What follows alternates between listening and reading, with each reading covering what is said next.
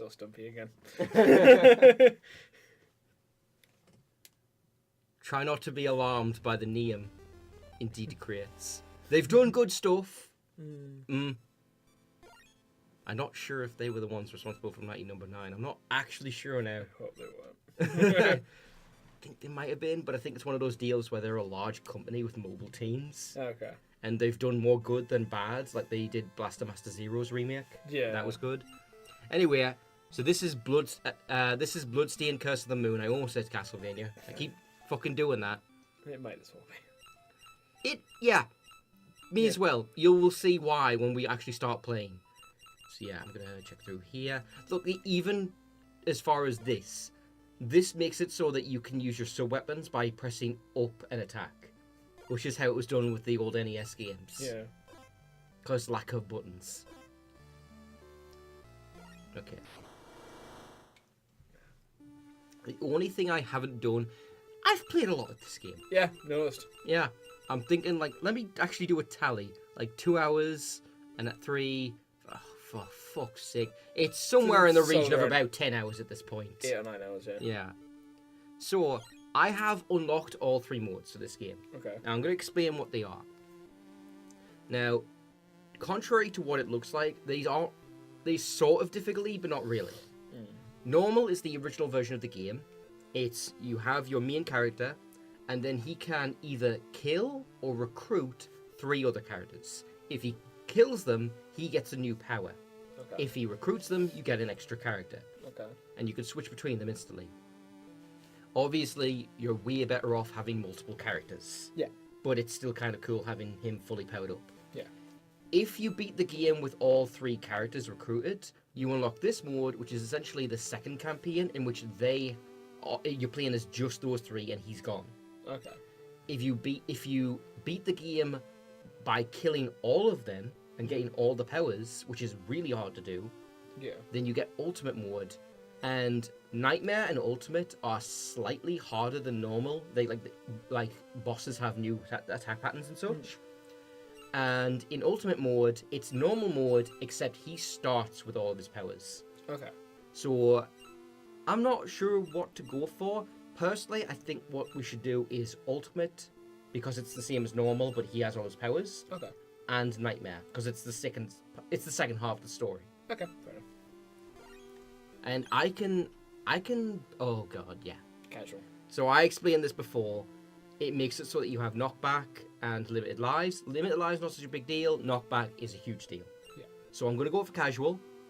All right. I wish there was a middle in between option, because I will take the limited lives. I have no problem with that, but I don't want the knockback. Yeah. Or even just like set your own difficulty thing. Yeah, like a custom difficulty. I would like that.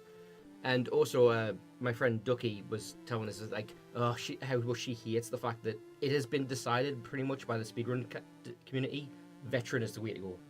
They're all going to go for veteran, which makes sense for that community, because, like, people always prefer to watch the harder thing. Yeah. But no, for our purposes, we're going to go casual, because I'm not sure I can even finish veteran. I'm going to try at some point. I'm going to actually try and beat it. Yeah. But, like, I didn't get past the 3rd level because I used all my lives up in one section. There once was a man who had been given the moon's curse by demons, and I can speed up this text. That man was Zangetsu. Wrapped in crimson garb with eyes like fire, he relentlessly pursued the demons who cursed him. As he journeyed from one pit of darkness to another, he would stop at nothing until he struck down every last demon in his path. One night, he sensed the looming presence of a great demon. He swore to eradicate all demons, no matter how much of a threat they posed. Bathed in moonlight, he cried out as he drew his sword, which consumed the darkness from within its wretched steel. On that night, either the demons or the moon itself would feel the wrath of his blade. He's being very literal with that, actually. Yeah. Okay. I'm dead serious. The moon is the final boss. Oh, okay. You'll see what I mean. It's both literal and not at the same time. I don't really understand it. So, this is your character, right? You'll notice, if you're a fan of the old games, he is the exact shade of orange as the Castlevania protagonist in the old NES games. Slightly redder. Okay. Has a slash. His attack is the fastest of all of them, right? Has a jump, and that's it. Okay. That's him on normal mode. On he gets new powers with ultimate, and if you kill the characters, he gets a different jumping slash. Like normally it would be the ground slash, but in the air. Yeah. But now it's this, which can attack even above his head. Okay. He gets a double jump, and he gets a dash, which only lasts for a few seconds, but you can keep pressing the button to trigger it. Okay. So if you're really good at it, this is the speedrun tech. Is you just zoom through the levels as this guy, because he's by far the fastest. Yeah. Okay.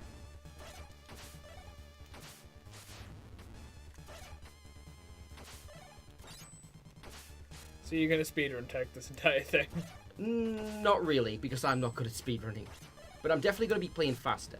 You'll notice that my time for the first playthrough was 2 hours. Yeah. Like, every other playthrough was, like, 1 hour to an hour and a half. Yeah. Like, you become significantly... Like, part of that is just because it was the first playthrough, Yeah. right? But other parts of it is just the fact that because you have the other characters from the start, or you have him with all his abilities, Yeah. it just plays so much faster. Also, I'm going to be keeping an eye out for wall chicken. That's still a thing. It is, but it's not chicken. It's just hearts. Okay. Because Castlevania always had this weird thing where hearts didn't give you life. They were your sub weapon. Oh, your currency. In Yeah. 3. Yeah, it varied depending on the game, which made it very inconsistent and hard to understand. But in this, it's just it's your health, and you get your weapon energy back by getting the portions. Yeah. So I can't get through there, right? The only time you can get through here is on Ultimate, because the second character has a slide. Yeah. Which you should be able to do because we're on Ultimate. No, sorry, I misspoke. Nightmare. Oh, okay. Nightmare is where you're playing as the other 3 characters and not him, and the second character has a slide. Oh, right, yeah. Yeah, he never gets a slide. Like how you walked off the screen completely.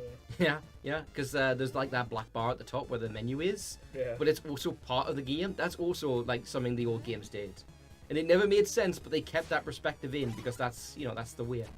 Yeah. So those lanterns have sub weapons in them, right? And every character like has a few, like they're there's a bunch of them, but they're divided up between the 4 characters. Okay. And whoever breaks the lantern, it's one of their sub weapons that'll drop. Oh, okay. So you use the top button X to actually use your weapon, the sub weapon. And his is basically a diagonal whip and a scroll that puts flame on the ground. It's basically holy water. Yeah. Yeah, so I fucked that up. So the trick with those guys, yeah, there's sometimes also cash. Cash is just for your score. Yeah. The trick with those guys is that if you're horizontal to them, they will shoot the flame out, but they have a recharge time on them. So you can beat it out and then jump afterwards. Right. Or you can just slash it out of the air if you're feeling really ballsy. So I'm gonna, if I keep moving, oh fuck. If I keep moving, the chandeliers can't hit me. That guy can. Yeah. He's much easier to deal with the other characters, like the whip. Actually, wait, there is a method I found that let me do that, like defeat the wolf flawlessly with this character. I think it was using the jumping slash. Yeah, so that's my holy water equivalent. Yeah. Unfortunately, you don't have the, I forget what it's called, I think it was like the Crash or something, which was a game thing they put in the later games where you just like, you expend most of your weapon energy, or you expend most of your hearts in order to do a ultimate version of the sub-weapon. Oh, okay. And, for example, Holy Water is one of the weakest sub-weapons in those games, but its Crash is one of the best. To the point that, like, at the beginning of Symphony of the Night, you can cheese Dracula and defeat him with no damage. If you get Holy Water, which is hidden, get as much energy as you can, and then just spam it as soon as the fight starts. Gonna start this. Also, you'll notice the skeletons. Yeah. There is actually branching paths in this game, which I will demonstrate here. So you have Curse of the Moon as an option. Right. Sorry. This is basically a reverse level select. Oh, It okay. lets you go back to a previous level and lose your progress, so that you could potentially, oh shit, I didn't find the secret in that level, or oh, I killed the character but now I regret it. Yeah. You can go back and replay the previous level and undo it. Oh, that's awful. but it also lets you see very clearly that there are multiple branching paths that always eventually go back into the same point. Yeah. So there is not multiple destinations. There is just multiple routes to that destination. Yeah. And some are a lot better than others. Some will have like upgrades. Some will not. Usually the ones that, so the skeletons are your hint towards the best routes. Oh, okay. The ones that will get you the most items or are the easiest to traverse are the ones the skeletons are pointing towards. Now it's boss time. Now I forget what this one's called. I think it's like the Infernal Treant or something like that. Or the Hungering Treant. So because I'm playing on Ultimate, he's going to have his more advanced patterns. Yeah. Which I will point out when I see them. Oh, fuck, didn't give enough distance. Yeah. So, you see how he blasted that thing out? Yeah. He has another version of that that covers the entire stage, which is an ultimate thing. Which is what he's doing now. Now, those flames that were on the ground, normally they don't stay. It's only in this difficulty that they actually stay behind and on the ground, and you have to destroy them. Huh. Yeah. Oh, phew, almost got hit there. So I'm going to destroy these as quickly as possible so I have some room to move. Oh, he always does this after the things because it destroys them. Yeah. That's how they clear it. That makes That's sense. smart. Now we get to the really interesting part of the bosses. This is another thing that they took from certain Castlevanias. I think it's Rondo of Blood. Oh. It's a suicide attack. Every boss has one where they will try to kill you with a last desperate attack. Here's this thing though. It can't kill you. Oh. It will reduce you potentially down to 1 pip, but it can't kill you. It's just to scare the shit out of you. Oh, okay. And to make players who try to do no-hit runs give them a really frustrating time. Because most of them, that one's easy. Most of them are really hard to dodge. So this is Miriam. Thanks for saving me. Was it the demon's power you used to seal that beast? You're a shard binder. That's a thing. That power can summon forth demons at will. I cannot allow this. Wait, it is true that I am a shard binder. However, I have sworn to be ever righteous in my command of this power. I am not evil, I promise. I use evil power, but I'm not evil. Then show me the proof of that determination in battle. Basically, become my slave. Miriam is the main character of the actual main game. Oh, okay. Bloodstained Ritual of the Night is her game. And she appears in this one as a secondary character. Telling you how to switch. And Yeah, so you can switch between them instantly, even in the air. Yeah, okay. She has a whip. She can jump higher than you, and she can slide. But her attack rate is much slower. Yeah. So if you're going for pure damage output, you go for him. Also, because he has less unique movement options than them, you generally stick with him most of the time. Because if he dies, like say he drops in the pit or something, then you can then keep going with the other characters. Because the way it works is that you see how you have infinite lives in the top left? Well, you only actually lose a life when all your characters are dead. Oh, okay. So if a character dies, it actually resets you to the beginning of that room with the other characters. So you lose progress, but not a life. Yeah. And you get the character back at the end of the level. Oh, okay. But if your strategy for beating the boss is super dependent on a specific character, Yeah. it might actually be better to just suicide and get all your characters back. So I'm actually going to give you hands-on on this. So I'll let you should be able to figure it out fairly easily. You can double tap to do his dash, or you can use B. No, sorry, E. Okay. Yeah. I find it much easier to use E rather than double tap. X is for his sub-weapons, Y is his attack. Yeah. So he can double jump over that. In normal game, you would have needed Miriam for that. Yeah. Okay. And bear in mind that because his attack is perfectly horizontal on the ground, its range is extremely limited. But you can make good use of his air version of it because that has a way wider range. Yeah. Oh, found some what would we even call that? Wall heart? Hot. Heart of stone. I love this wall. I heart wall. So, maybe it worked. So, guess what? What would have happened if you were on veteran? Oh, I would. Yeah, You would have been knocked back and you would have died. That's why veteran sucks.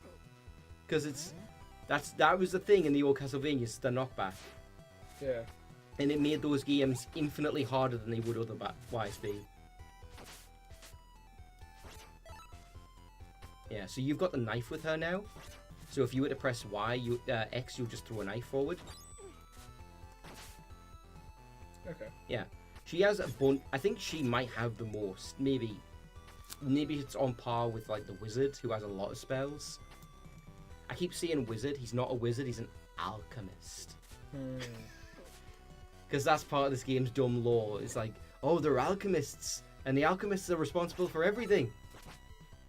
And it was like, why do they act exactly like wizards? Fuck you, that's why.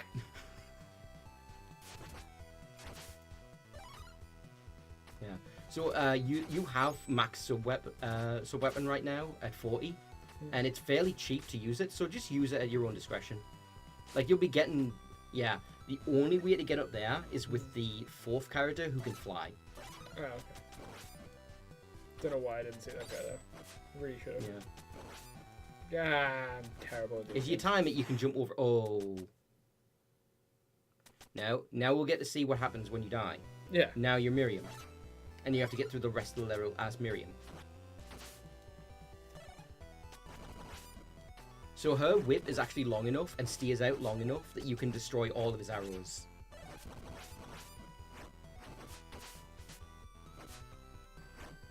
I feel like I'm actually better with Miriam.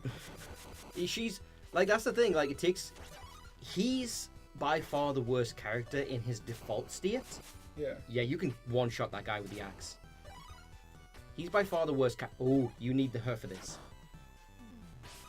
There we go. There you go. Now you have 50 weapon energy. Oh, okay. Yeah.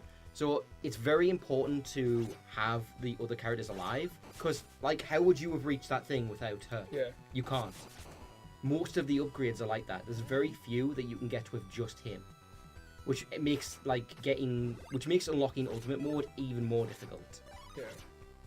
So you're about to reach the boss fight. So stock up on weapon energy and make sure you have the sub-weapon you most want. Right now you have the 3 knives that fire diagonally. It's actually quite a good sub-weapon. Okay. That changed from what I wanted. I wanted that scythe. That scythe was cool. For this guy, I actually think the knives are better. Oh, okay. Because you will... Duck.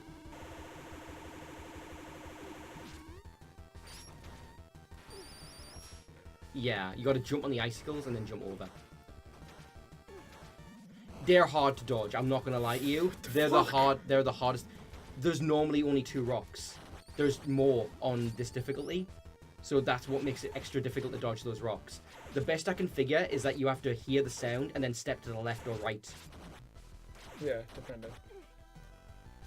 I am out of weapon now. You're nearly out of health too. So he's gonna drop down and duck. I needed to move.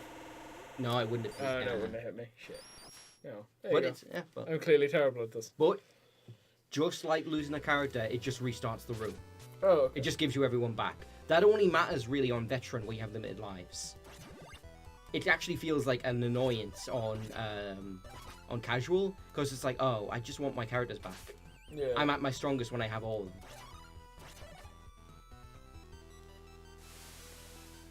So the trick with this guy is because I have the run ability, I can get to him really fast before he does his first thing. Yeah. Nope. There we go. I'm going to get hit, but it's fine. It's worth it for the damage. You trapped between the icicle and him. Well, shit, that went really badly. And I have a terrible sub-weapon with her. I should have jumped to avoid that. Fuck. You may want to swap before you end up dying.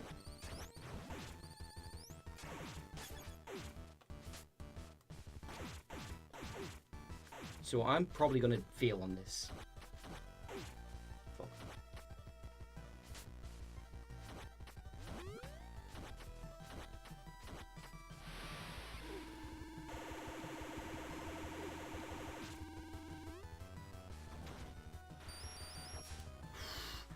Okay, just barely. Oh! There we go. So it is possible to avoid all those, it's just very difficult. It's just super bullshit. And... whoa! Her attack, because the whip stays out for so long, can hit multiple of those. Yeah. But... You're also about to die. fuck! Yeah, I figured that was going to happen. I'm going to give it an honest attempt to beat him with just him. Okay. I want to see if you can get Oh. a sub weapon. This is his best one. No, I mean for her. Oh, she's dead. Oh yeah. Right, yeah. No, it didn't click in my head that both characters were dead. That both characters weren't dead. Yeah. Right. Oh. Because that's what I mean about how it's kind of annoying, and you might want to just suicide until they're all back. Yeah. Alright, so I'm in a much better position now. Still gonna get hit. That's fine. I accept that hit. Even his double jump is fine from a neutral ground. Yeah, I have to... yeah, there's like a shockwave effect, and I have to avoid that.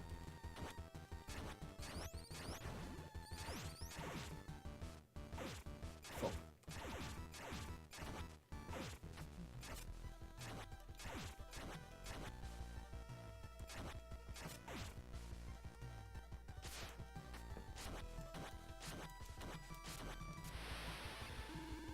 Now I'm gonna fail. Oh, no! Oh, there you go. Now, you know what? I'm going to let him hit me just to demonstrate this. This is his suicide attack. It's very hard to dodge anyway. It can't kill you. Oh, okay. So that's purely just to scare the shit out of you. And it does. It scared me every time until I was like... I think I finally realised when I had 1 pip of health left. Yeah. And I got hit. And I'm like, that's weird. No, do you know what it was? The final boss is... the final boss has this attack that never stops his suicide thing until you do a certain thing. And I kept getting hit because I didn't know what to do. And I was like, why am I not dead? Is this a bug? Yeah. So this is the alchemist that I would be defeated by a demon. I have been thoroughly humiliated. Alphonse, an alchemist. This is Alfred. Alphonse. What? I'm not... Full Metal. Oh, right. Master Wayne. Alright, fine, he's Alphonse. I didn't watch Full Metal. I saw the one scene which I told you about. Disgusting. Oh, sorry, I'm not... my weeb card, I'll revoke it. Yeah, damn right. Alchemist, you use demon's power to fulfill your worldly desires. Every achievement requires a fair exchange. Even using demon power is somewhat necessary. You have your own goals, correct? My power may be of use to even you. Your existence is unsettling to me, but your skills are not without value. Yeah, so this is a theme. Literally every character you meet and team up with is someone that our character fundamentally hates. Oh, okay. Which is their justification for why you can just shank them. Like, if you talk to them, that's a recruitment. But if you just walk up to them and start stabbing, you will kill them. You can also choose to just walk past them and leave without them, which means you get no power and no ally. If you want to be a real fucking nut job about it and beat the game with default. Guarantee that's gonna be a speedrun. Yeah, that'll be a speedrun category. Not the most interesting, honestly. I imagine most of the speedrun tech is with using multiple characters. Yeah. Actually, I know it is, because one that Ducky told me about was... So you know how the girl had the scythe? Yeah. Right? Well, the alchemist has an ability to send out a block of ice to freeze everything. Yeah. If you throw out the scythe, you can freeze it. Oh, okay. It's the only sub-weapon that can be frozen. It's like a bug. If you throw out the scythe, freeze it, and then have the fourth character who can turn into a bat and fly, which is how you get up there. Yeah. Fly into the block and then transform back to human. It causes him to get pushed out of world and he falls through the floor. And that will kill you in most places, but in some places it causes you to transition to the next area below and you can skip huge sections. Oh, okay. And I fucked that up. Actually, I should be using the Alchemist because this is built for him. Yeah. You can tell because the colour's much. So yeah, if a character dies in one hit like those rats, they can't hurt him at all. And arrows, he's immune to those, which is actually a puzzle element. There's areas that you cannot go. Actually, it's right here. So do you see that guy down there? Yeah. Watch what happens.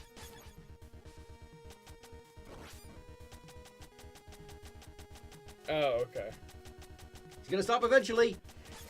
He has to run out eventually. No, he's not. So you can use that to block it. But one thing I didn't realize and was not taking advantage of the entire game is when you use like powers like that affect the character themselves, it carries over to other characters. Oh, okay.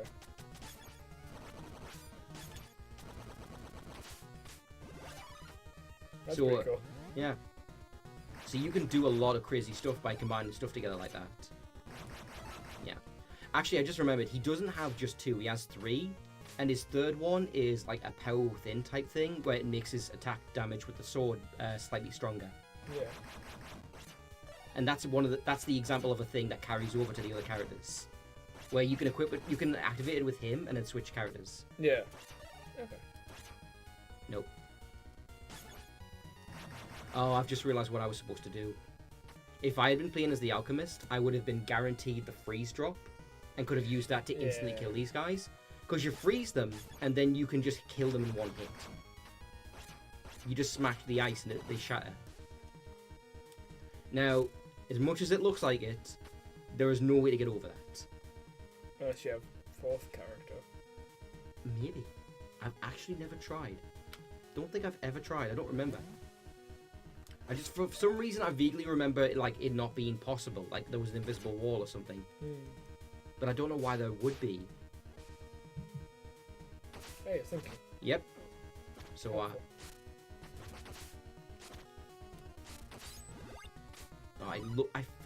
I remember it was the first power you get, and I'm like, really? A different air slash? That's my power for giving up a character? Yeah. And then I'm like, oh, this thing's amazing.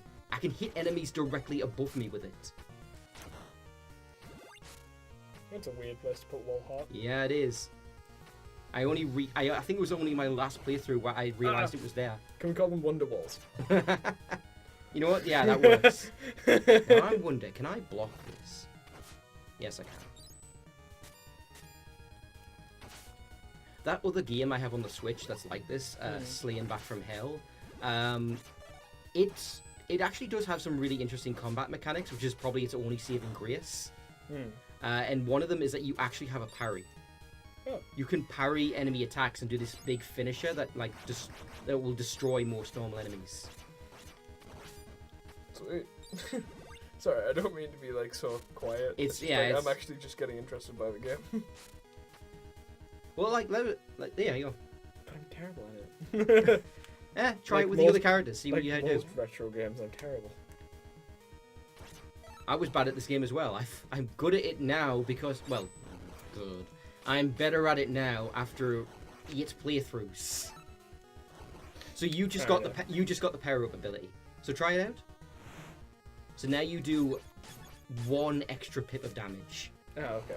Yeah, it's like somebody did the math on it. Like starting enemies at the beginning of the game have 3 points of health. His sword does 4, and the power up makes him do 5. Yeah. Well, that's bullshit that they don't get damaged by that. Oh, come on. Yeah. Enemies are generally not damaged by the environment at all. Which is weird. You would think they were, because of all the blood. Yeah. I mean, what else was down here? Damn it. Yeah, you gotta crouch.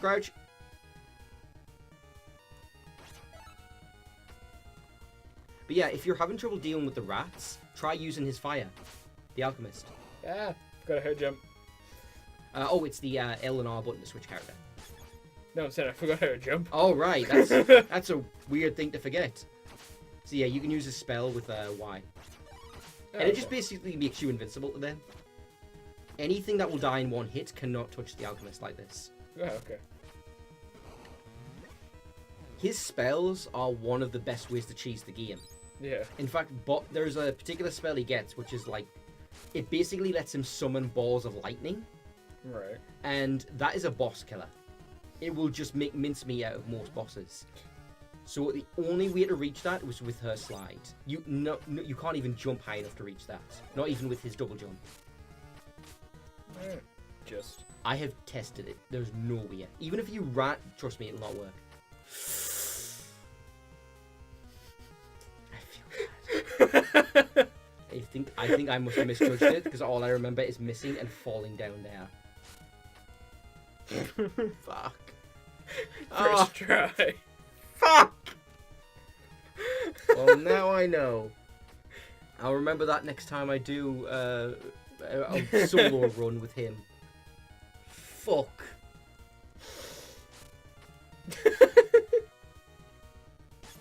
No, wait, hold on. Hold on. Let me think about this. What are the 3 powers? That's what it is. You can't do that with just the double jump, can you? You need the dash? No, you need the dash as well. Yeah, you wouldn't have the dash at this point in normal mode. Because you need to kill the... Yeah. You need to kill the... Yeah. Yeah. Yeah.